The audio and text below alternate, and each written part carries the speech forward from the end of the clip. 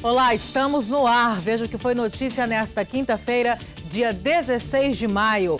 Endividado. Estado não pode contrair empréstimos com garantias da União. Dura realidade. Acre é um dos 3 estados que registraram maior crescimento na taxa de desemprego. Sequestro relâmpago. Mulher é rendida e levada por assaltantes. Em Cruzeiro do Sul, escolas estaduais suspendem atividades alegando falta de condições de trabalho. Essas e outras notícias você confere a partir de agora aqui no Gazeta em Manchete.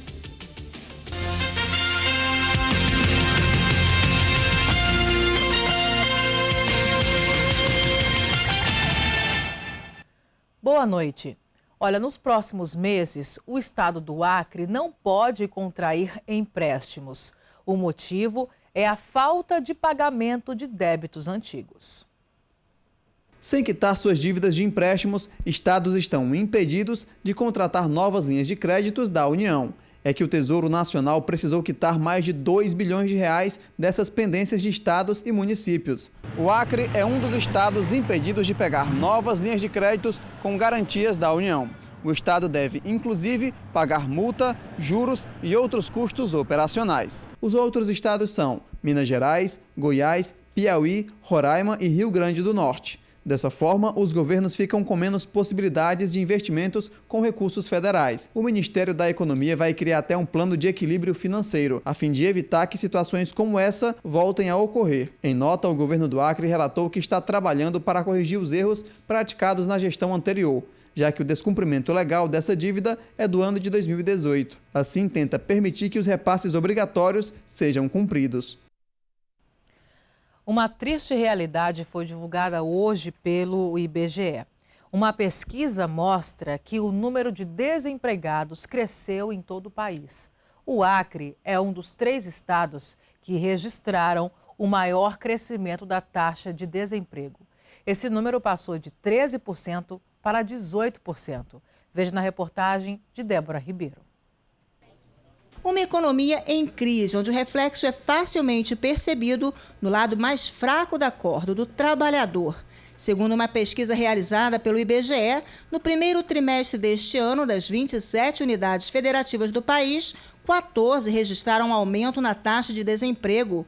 E quem ainda não faz parte dessa estatística sabe que a qualquer momento o status de empregado com carteira assinada pode mudar. Qualquer hora pode pegar as contas porque está muito ruim de emprego, é assim, aí a gente sempre fica com medo de pegar as contas e ficar desempregado. Você pensa que hoje você está trabalhando, amanhã pode ser não tá.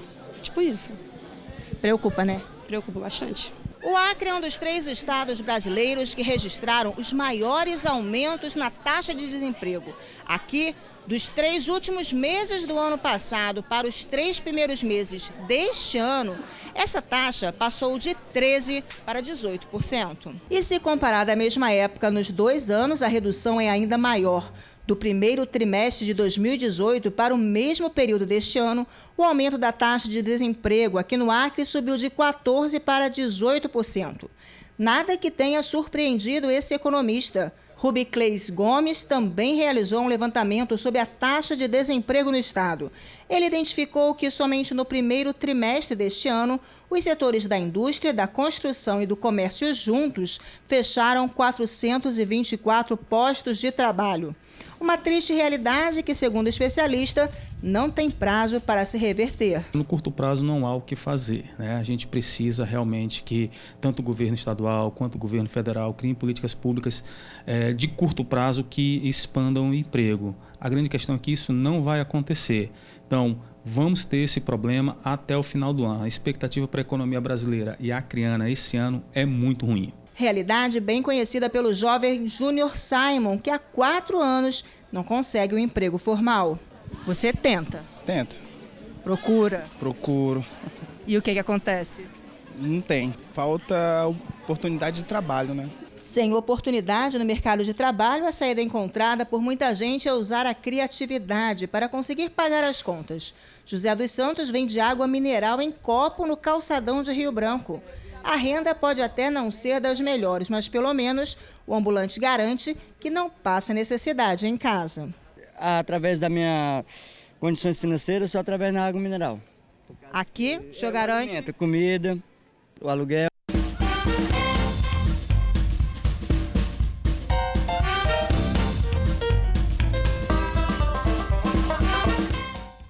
E tá arrudo, o que a coluna do site agazeta.net tem a dizer sobre essa situação, hein? Boa noite.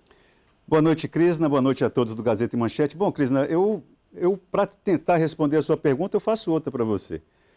Você viu durante esses 5 meses, já quase 6 meses, alguma agenda positiva do governo que possa aquecer a nossa economia? Bem difícil de ter visto, hein? Pois é, Crisna, o governo até começou bem ali com aquela questão do agronegócio, a agenda da soja, parecia que ia engrenar, mas de repente saiu da agenda pública. O governador, muito ausente aqui de Rio Branco, aqui do Acre, acaba não estimulando a economia. Houve uma situação que, inclusive, nós não tivemos tempo de falar ontem, que foi denunciada pelo deputado Wagner Calegari no plenário da Assembleia Legislativa. Ele trouxe a informação de que o governo tem 780 milhões de reais para investir e não o faz. Qual é a conta que ele falou lá no plenário da Assembleia Legislativa, o Crisna? Ele disse o seguinte, que nos primeiros 4 meses do ano, entrou nos cofres do Estado do Acre, do governo do Estado, entraram 1,7 bilhão de reais. E as despesas, quanto que o governo teve que pagar de despesas, de custeio, de 997, se não me falha a memória, 997 milhões. Daria aí uma diferença nas contas dele de 780 milhões de reais. Eu não consegui conversar com o deputado Calegari hoje, teimei, mas infelizmente não consegui saber de onde que ele tirou essa informação, Crisna. Sim, Itaam, mas tem ou não tem esse recurso, hein? Olha, de acordo com uma boa fonte ali da Secretaria de Fazenda, nesses termos aí, 780 milhões, essa fonte lá da Secretaria de Fazenda disse que não tem, a não ser que o deputado esteja calculando para chegar a esse número das verbas de investimento. Aí o governo decide se investe ou não.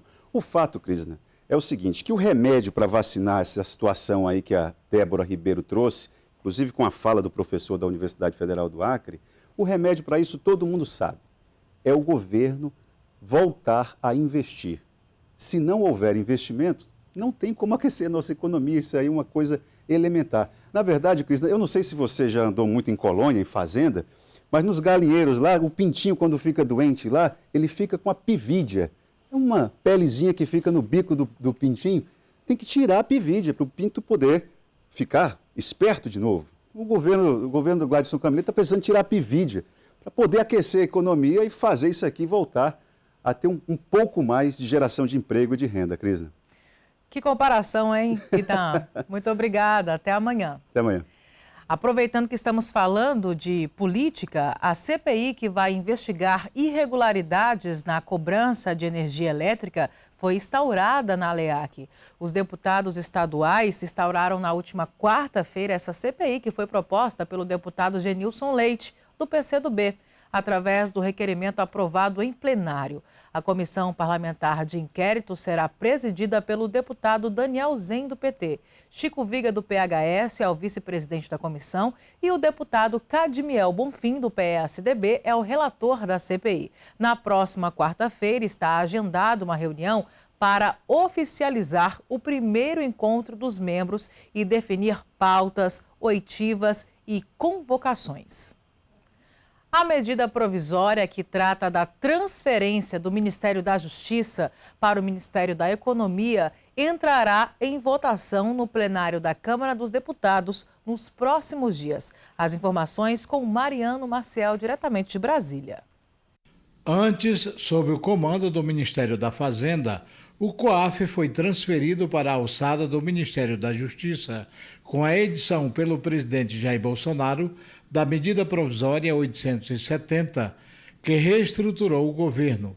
Entretanto, na semana passada, a comissão mista resolveu tirar o COAF do Ministério da Justiça, aprovando sua transferência para o Ministério da Economia. O COAF é uma unidade de inteligência financeira do governo federal que atua principalmente na prevenção e no combate à lavagem de dinheiro, crime que consiste na prática de disfarçar dinheiro de origem ilícita e deve, portanto, permanecer no Ministério da Justiça. Esta é a opinião da deputada Mara Rocha, que nesta semana defendeu e declarou voto pela permanência do COAF no Ministério da Justiça.